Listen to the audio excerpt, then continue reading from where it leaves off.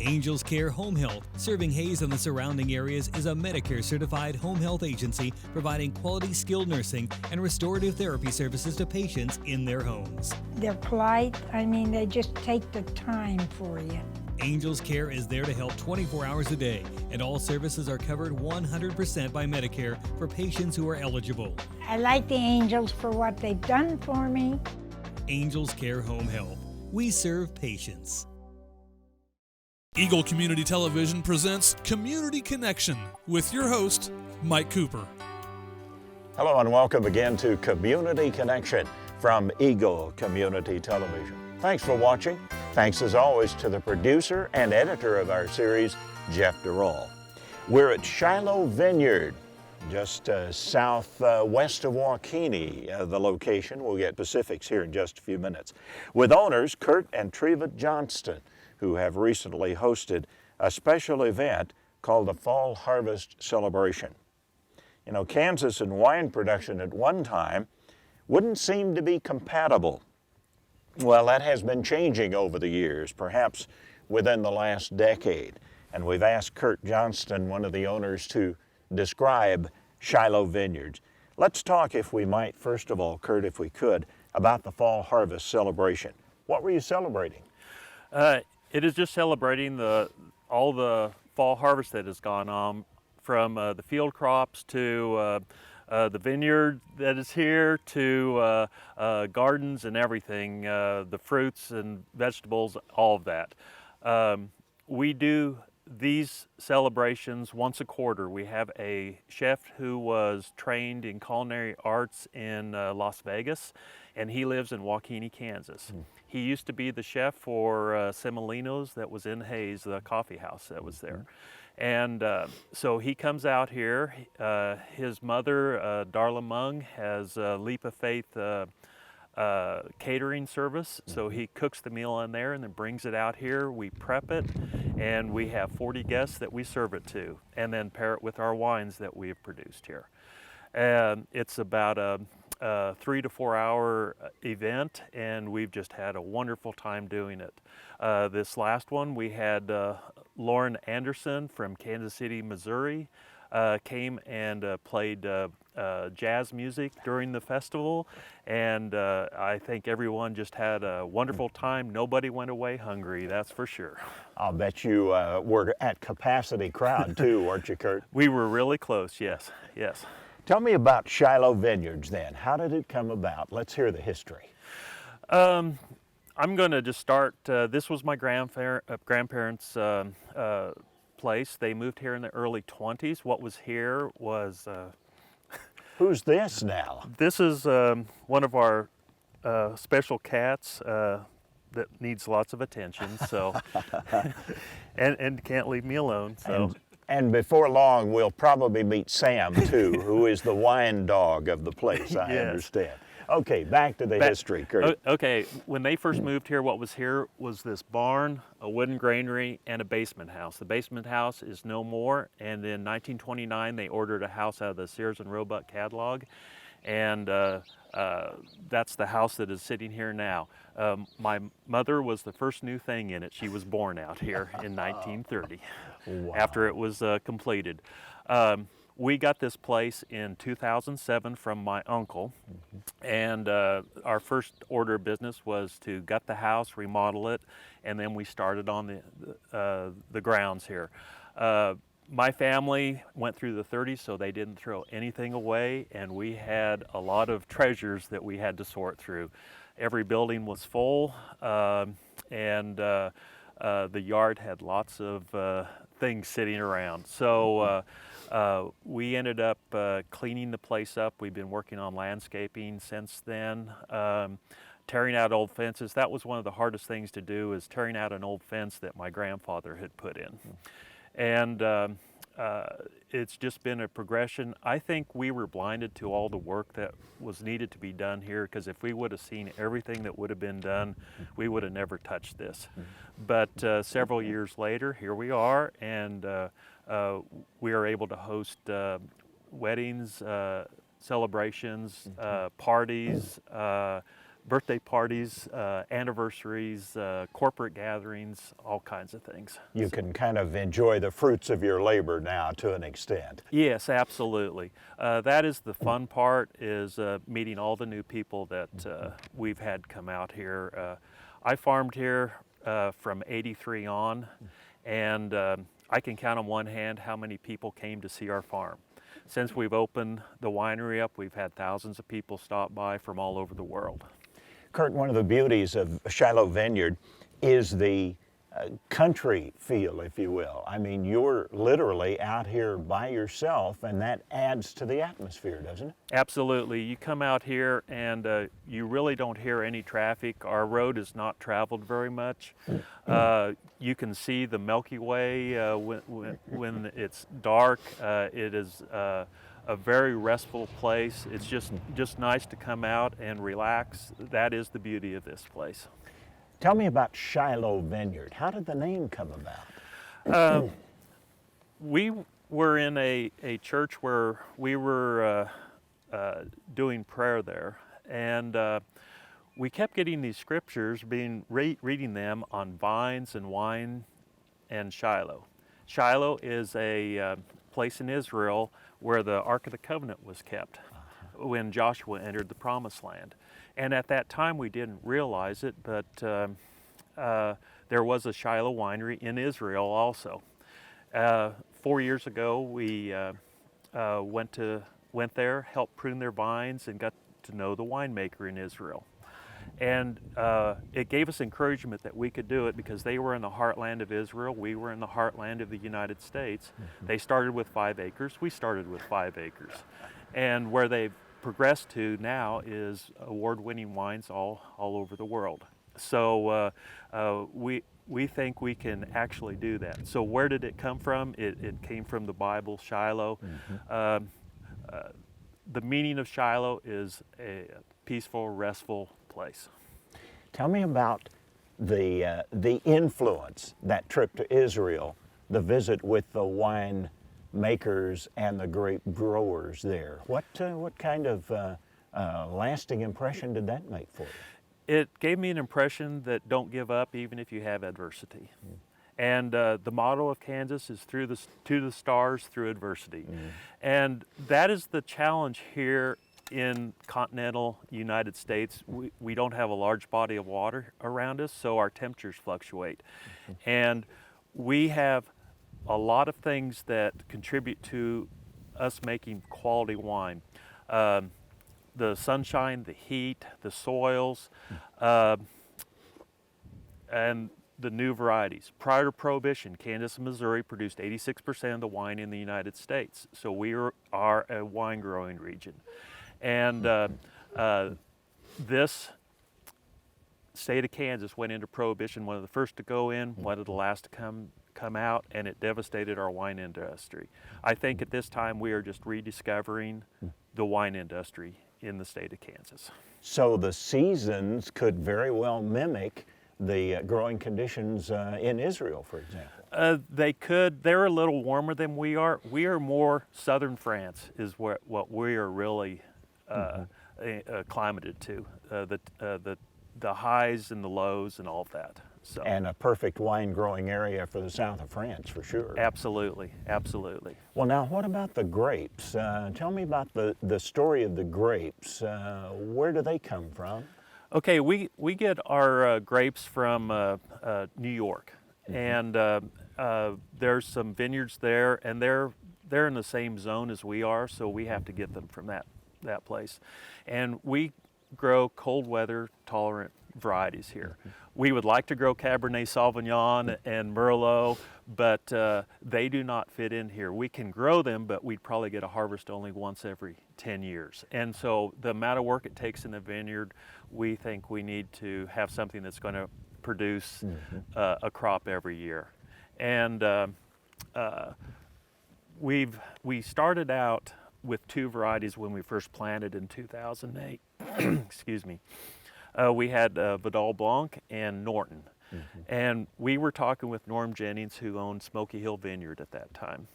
And he was kind of mentoring us on how to do this and that.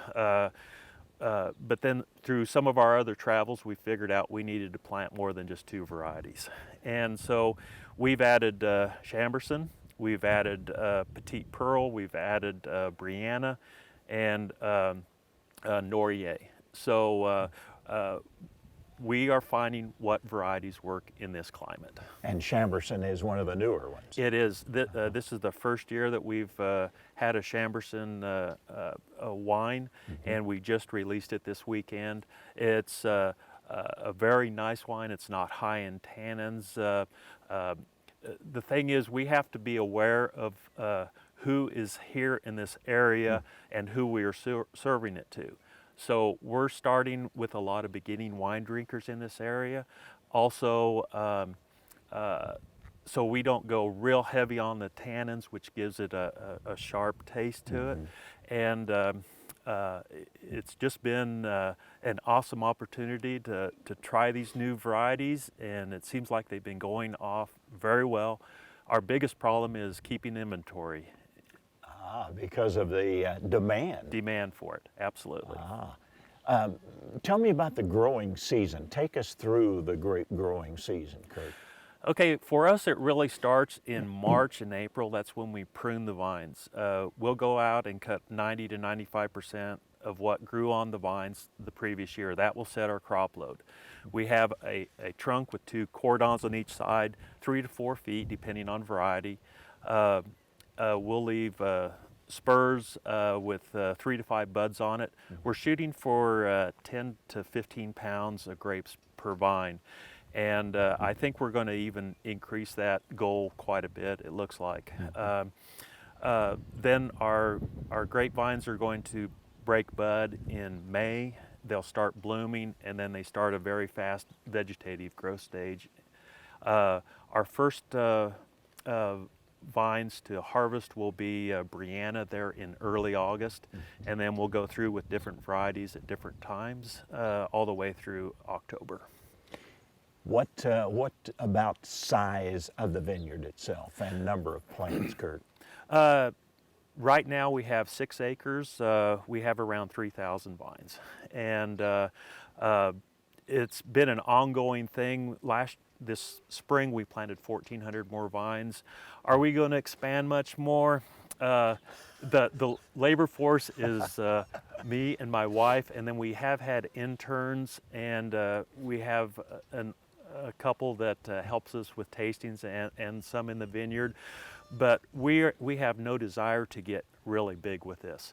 But 6 acres is more than just a hobby. It is a full-time job. And it depends on the labor force and just how active they want to be. Yes. One of the biggest things we have to do is the harvest time, and we have picking parties for that. So through the course of the summer, and we will have people who say, yeah, I'd like to come out and help you harvest. So when we have a variety coming ready to be planted, we'll call them up and say, hey, it's time to come and harvest grapes. And so they come, we'll pick 2 or 3 hours, have lunch, and then they can drink wine in the afternoon then. Sounds like a pretty good way to spend a day, Kirk. It is an awesome way, yes. The location is near Waukeeny. How do people find you? We have a presence on Facebook and a web page. We also advertise through travel and tourism, and we have been local papers a little bit. I like to tell everybody this: we didn't have a spare $1 million laying around to start this venture. So we have to be aware of how much money we're spending on everything, and we've had to do a lot of the construction here, plus take care of the grounds and just add to all of it. So that is very much a concern. I was going to say, do you have any summertime intern help maybe from some of the young Waukeeny students or such? This summer we had an intern from Next Tech, and they have Next Generation program. So we participated in that, and we had a young man from Plainville who came and worked with us for a couple weeks, or a couple months in fact is what it was. And he helped tremendously. We also picked you up on the Waukene travel blog. Yes. Your website is shilohvineyard.com. Yes. And then you're on Facebook as well. Yes. We've just hired somebody to keep our Facebook page more updated and work on our web page more. It's because we are stretched thin for time, so we had to find somebody else to do that. We'll talk about some of the individual location parts, if you will. Just a beautiful setting in a beautiful part of Kansas, Shiloh Vineyard. Our guest is Kirk, along with Treva. We certainly want to give her credit as well, the owners of Shiloh Vineyard. And this is our Community Connection. We'll continue. Angels Care Home Health, serving Hayes and the surrounding areas, is a Medicare-certified home health agency providing quality skilled nursing and restorative therapy services to patients in their homes. They're polite. I mean, they just take the time for you. Angels Care is there to help 24 hours a day, and all services are covered 100% by Medicare for patients who are eligible. I like the Angels for what they've done for me. Angels Care Home Health. We serve patients. Welcome back to our Community Connection. We are at Shiloh Vineyard with the owners of Shiloh Vineyard, Kirk and Treva Johnston, as we talk about wines in Kansas, and more specifically, Shiloh Vineyard. Here you see a display of just a few of the wines that are marketed here at Shiloh. Let's talk about the vintage names. How do you name the vintages, Kirk? Almost all of these are the actual varietals. The first one out here is Chamberson. It is actually a Chamberson grape vine. And so we weren't too creative in this. When we first started this venture, we had no idea of everything that we had to do. Design the labels, the logo, all of it, and come up with names. We only have a couple where we've had to actually name them differently than what they are.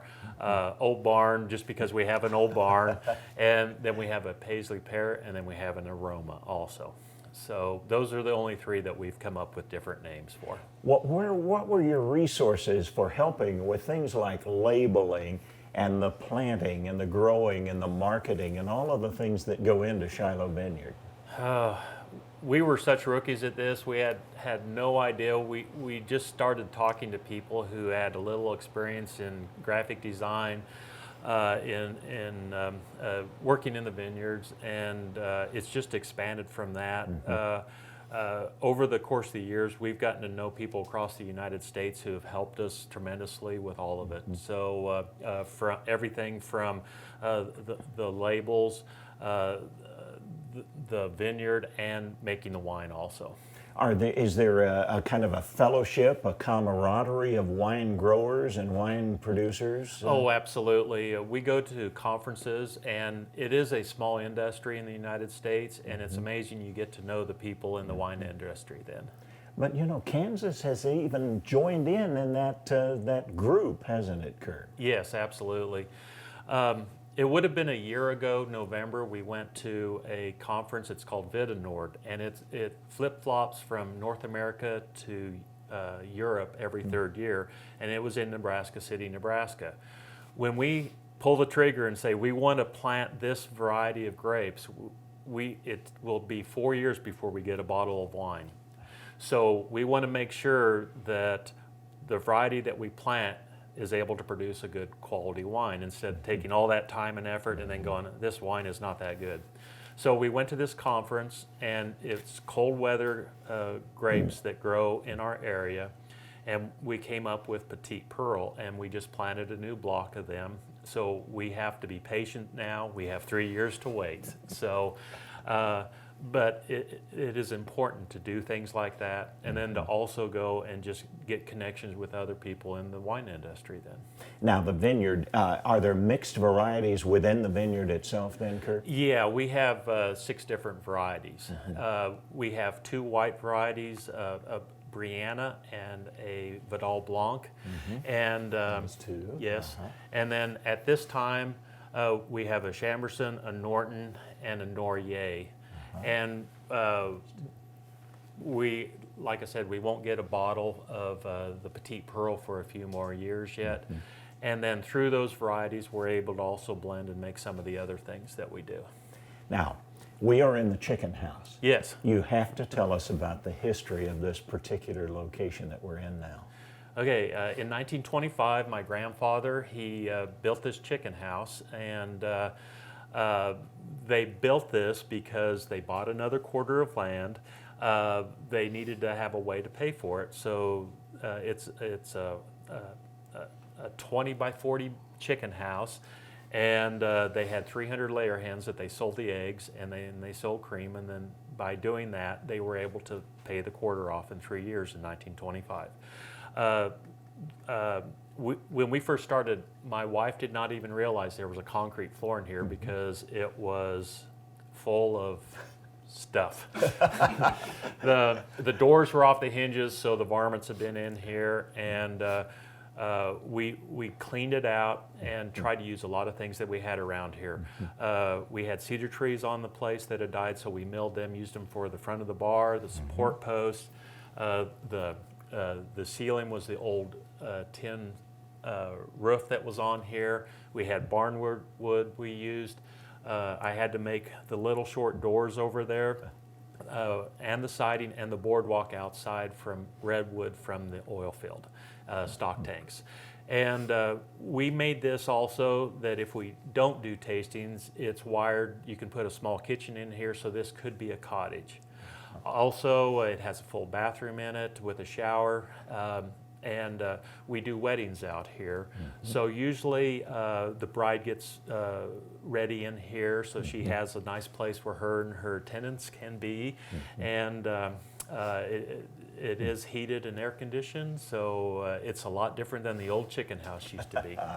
But the concrete floor is still here, Yes. the tin roof. Yes, my grandfather mixed and poured the concrete by hand, so it's over 90 years old, and we were able to salvage it, and we did most of the work in here. What we didn't do was we hired the septic system done. The electrical was wired by an electrician, and we had the insulation blown in. I thought I would do the insulation, and that was the worst mistake I've ever done in my life. On another project, I let the experts do that one again. But we did the carpentry work, the painting, and all of it. So, As we look around the grounds, it's amazing the look, the feel of the country, if you will, and so many of the things you mentioned in our other segment about how you were able to utilize so many of those things that you'd found in the original location to incorporate in the design. It's just beautiful, Kirk. And we're not in there, but in the bathroom, we had, I told you my family did not throw many things away. So they had an old crank Victrola in there, and we used that for the sink in the bathroom in this building then. Tell me about Harvest Host. What's that all about?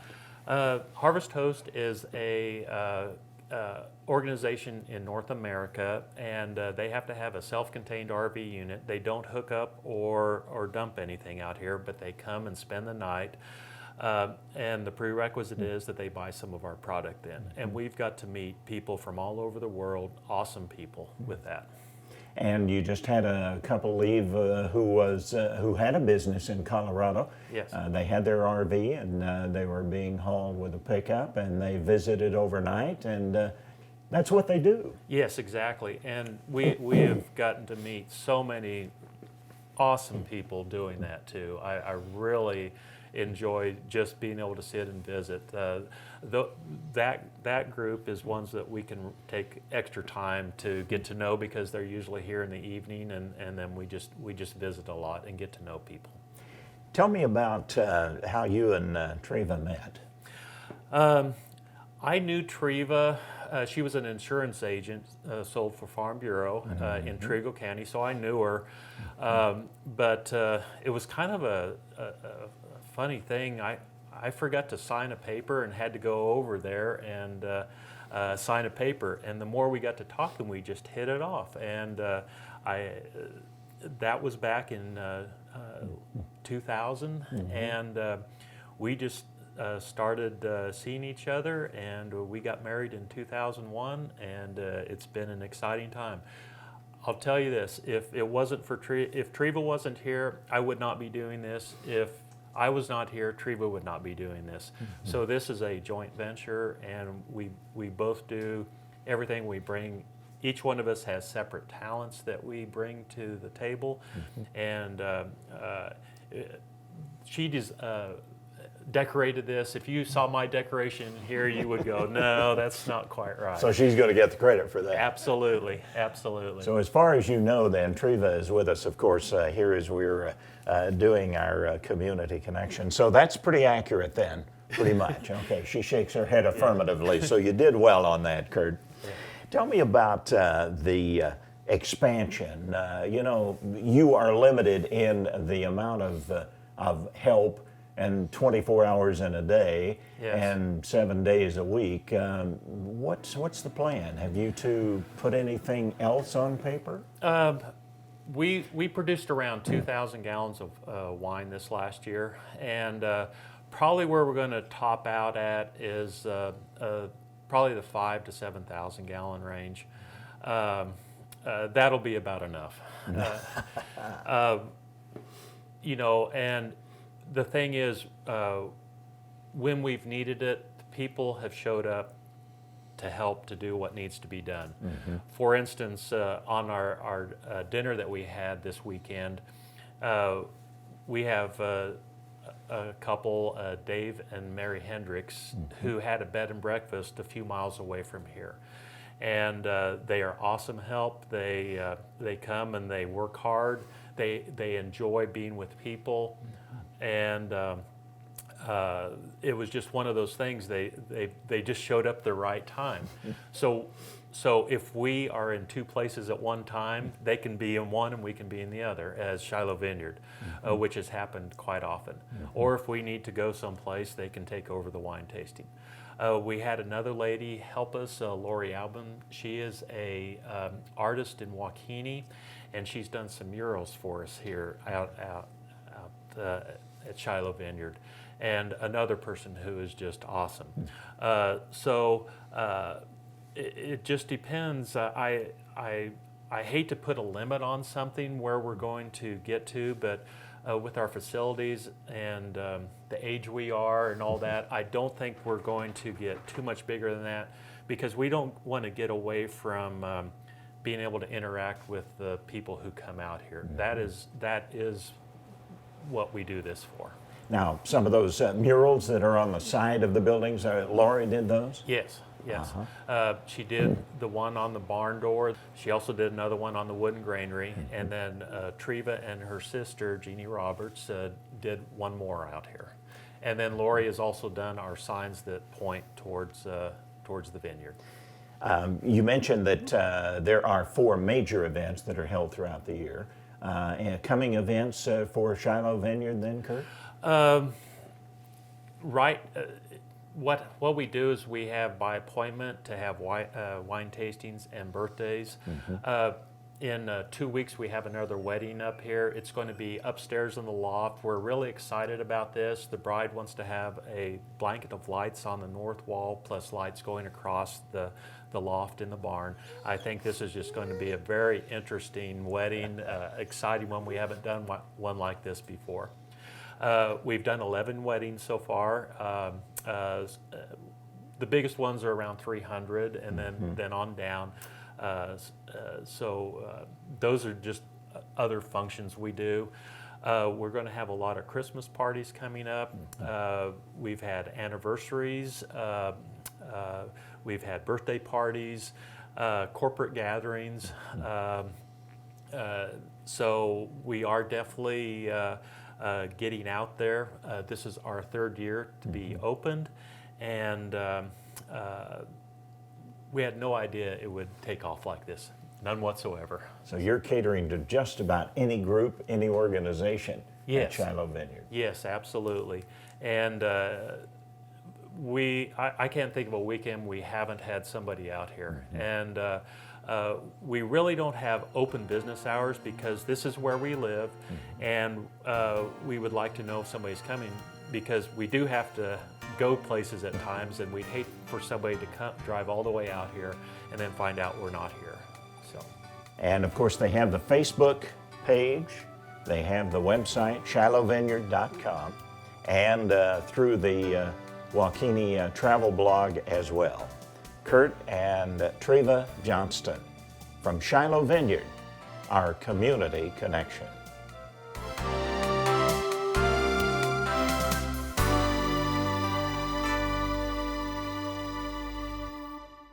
Angels Care Home Health, serving Hayes and the surrounding areas, is a Medicare-certified home health agency providing quality skilled nursing and restorative therapy services to patients in their homes. And the Angel Care nurse comes to see me once a week. Angels Care is there to help 24 hours a day, and all services are covered 100% by Medicare for patients who are eligible. Angel Care has helped to stay home. Angels Care Home Health. We serve patients.